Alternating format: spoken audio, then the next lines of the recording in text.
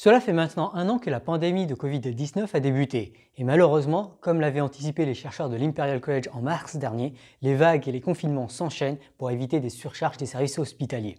Après les confinements de mars et de novembre, il semble qu'il faille maintenant envisager un risque de troisième confinement en janvier ou en février.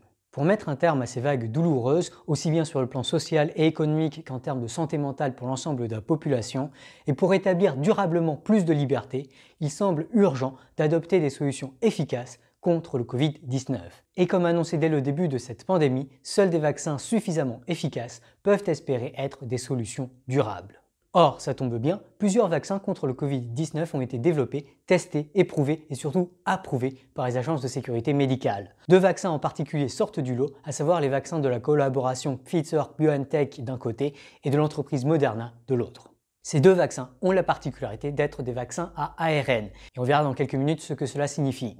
Quoi qu'il en soit, de façon remarquable, ces deux vaccins ont des taux d'efficacité de 90 à 95%, ce qui est très au-delà des efficacités attendues par les experts du domaine, et ont pour l'instant, après des millions de vaccinations, soulevé aucune alerte préoccupante d'effets secondaires dangereux. Il s'agit là d'une excellente nouvelle très inattendue, célébrée par de nombreux experts, qui permet d'augmenter grandement notre optimisme vis-à-vis de l'année 2021 à venir.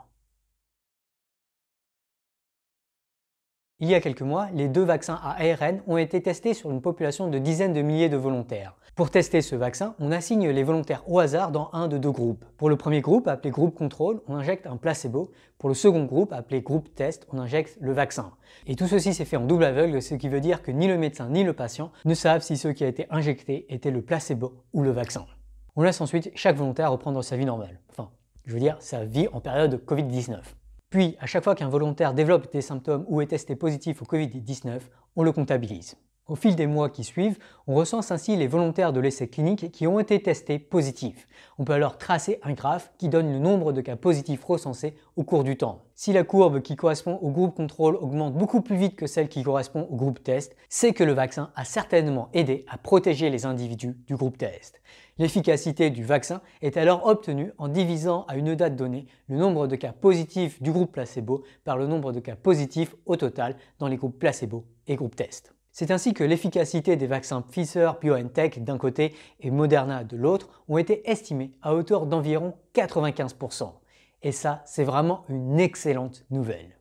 Alors, il faut noter qu'on teste là finalement la protection du vaccin contre le fait d'être en gros positif au Covid-19. Mais ceci n'est pas la seule mesure d'efficacité du vaccin qui mérite d'être étudiée.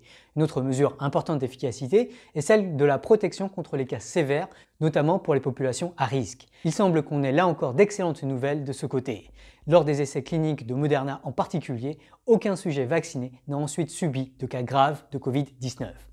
Voilà qui suggère qu'il pourrait être extrêmement bénéfique de fournir ce vaccin aux individus à risque en particulier, même s'il faudra bien sûr suivre avec soin l'état de tels vaccinés. Notez en particulier que les vaccins ont bel et bien été testés sur des sujets avec des profils divers et variés, y compris par exemple des personnes âgées. Alors côté effets secondaires, comme tout vaccin, les vaccins de Pfizer et Moderna provoquent des douleurs, des maux de tête, ainsi que des coups de chaud, des coups de froid, de la fatigue et possiblement des diarrhées. Notez toutefois qu'à l'exception de la douleur dans le site d'injection, beaucoup de ces effets secondaires apparaissent aussi dans le groupe placebo, quoique dans des proportions souvent un peu moindres. Ces symptômes peuvent même être intenses pour quelques personnes vaccinées. Cependant, pour tous les cas observés jusque-là, ces effets secondaires ne durent pas et ne semblent pas dangereux. Sachant que des millions de doses ont été injectées à ce jour, ceci montre que les risques d'effets secondaires très graves sont nécessairement moins probables que 1 sur 1 million, ce qui rend les vaccins beaucoup moins dangereux que le Covid-19 lui-même. Même si, bien sûr, il convient de continuer à surveiller la santé des personnes vaccinées. Alors, qu'en est-il maintenant de la protection à long terme du vaccin ? Eh bien, malheureusement, aucune donnée directe n'est disponible, tout simplement car cela ne fait seulement qu'un an que nous vivons avec le Covid-19. La durabilité de l'immunité et la variabilité d'un individu à l'autre semblent encore très incertaines, même si certaines données semblent encourageantes. Plus de données plus fiables, qui viendront au fur et à mesure, devraient toutefois nous permettre de réduire ces incertitudes au fil des mois et des années à venir. Une autre préoccupation est celle de la protection du vaccin contre la contagiosité. Idéalement, le vaccin devrait également nous empêcher de diffuser le virus, ce qui permettrait de enfin mettre fin à toutes les mesures de gestes barrières, de distanciation physique et de couvre-feu. Malheureusement, là encore, faute de données, l'incertitude est encore grande. Néanmoins, l'incertitude sur la protection ne signifie pas l'absence de protection. Il est même loin d'être improbable que les vaccins à ARN offrent au moins une protection partielle contre la contagiosité, ce qui serait déjà très utile pour réduire le taux de reproduction effectif RT et le ramener en dessous de 1. Et pour rappel, c'est vraiment de ce taux de reproduction effectif que le futur dépend.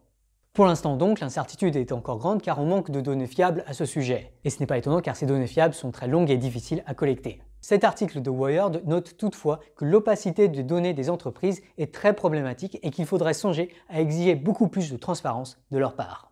Enfin, on peut se demander si le vaccin nous protège des mutations du virus, comme la mutation qui a été identifiée au Royaume-Uni. D'après différents experts, dont l'immunologue Anthony Fauci ou la vaccinologue Mary-Paul Kenney, le vaccin sera très probablement efficace contre la mutation au Royaume-Uni, mais il demeure un léger risque qu'il le soit peut-être moins contre de potentielles mutations futures, et donc très hypothétiques, du virus.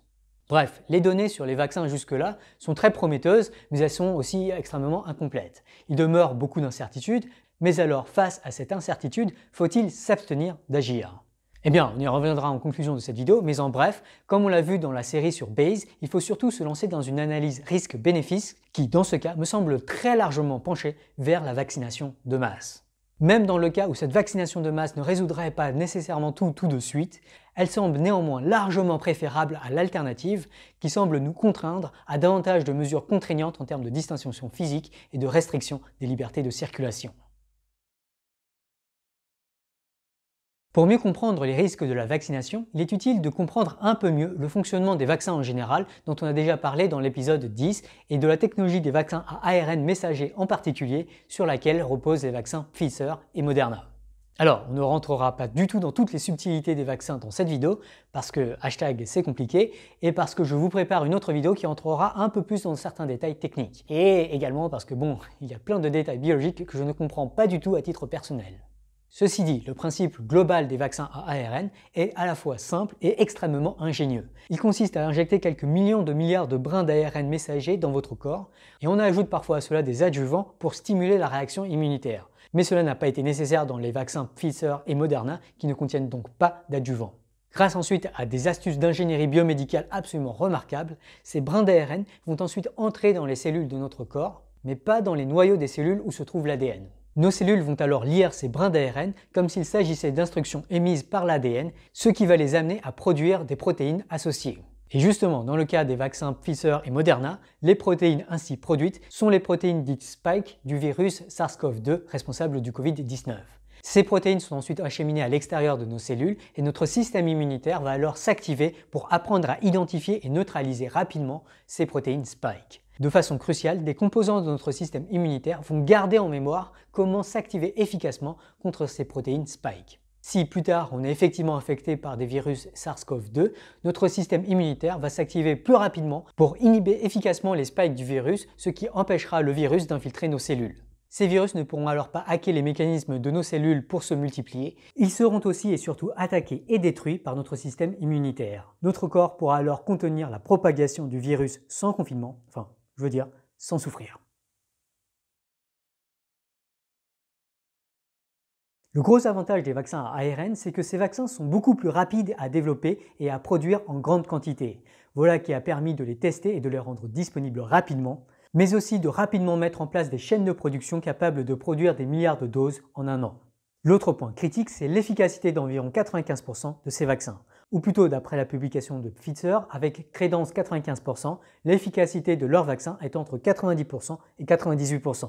Et oui, la publication parle bien d'intervalle de crédence puisqu'elle s'appuie sur une analyse bayésienne qui est d'ailleurs en gros la même que celle utilisée par Pierre-Simon Laplace dans le premier article bayésien de l'histoire des sciences, notamment pour résoudre le fameux problème de l'induction de Hume.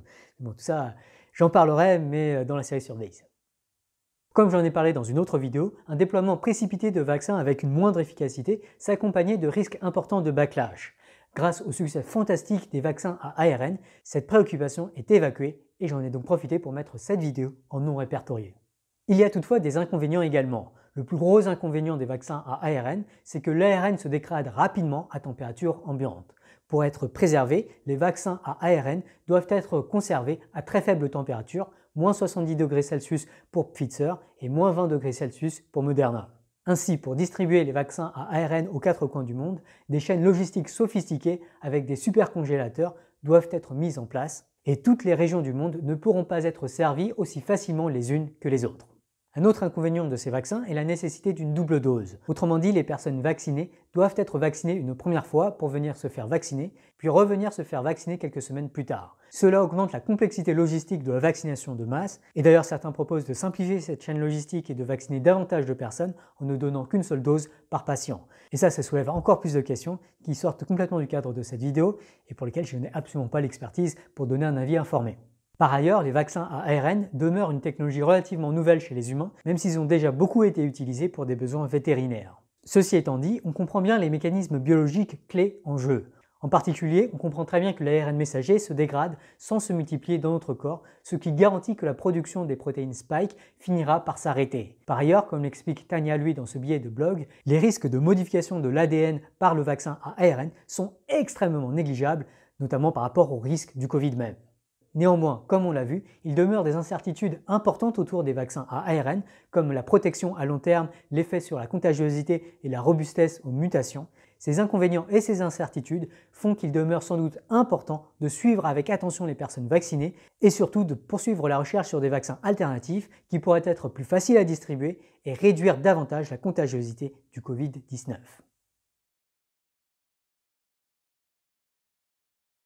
Comme on l'a vu donc, il reste plusieurs incertitudes vis-à-vis des vaccins à ARN. Dans les mois à venir, de nombreuses nouvelles données vont certainement grandement réduire ces incertitudes. Néanmoins, l'incertitude n'a pas de raison de nous contraindre à l'inaction, loin de là. Pour déterminer que faire malgré l'incertitude, la médecine nous invite à effectuer une analyse risque-bénéfice, ou pour parler dans un langage bayésien, une analyse contrafactuelle. Autrement dit, plutôt que de se demander si le vaccin offre toutes les garanties qu'on aimerait avoir, l'analyse contrafactuelle nous pousse à imaginer les conséquences probables d'une promotion et d'une adoption massive des vaccins à ARN par opposition aux conséquences probables de l'absence d'une telle promotion et adoption massive. Si 80% de la population se fait vacciner et si vous vous faites vacciner, quelles en seraient les conséquences probables?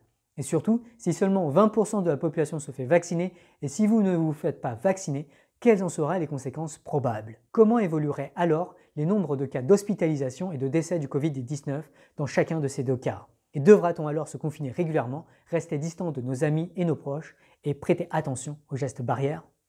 J'espère vous avoir convaincu que même s'il n'y a pas de garantie de retrouver une vie normale, même en cas de vaccination de masse, il reste néanmoins très largement probable que les choses iront alors nettement mieux pour vous et pour toute la population une fois qu'une fraction importante de cette population sera vaccinée.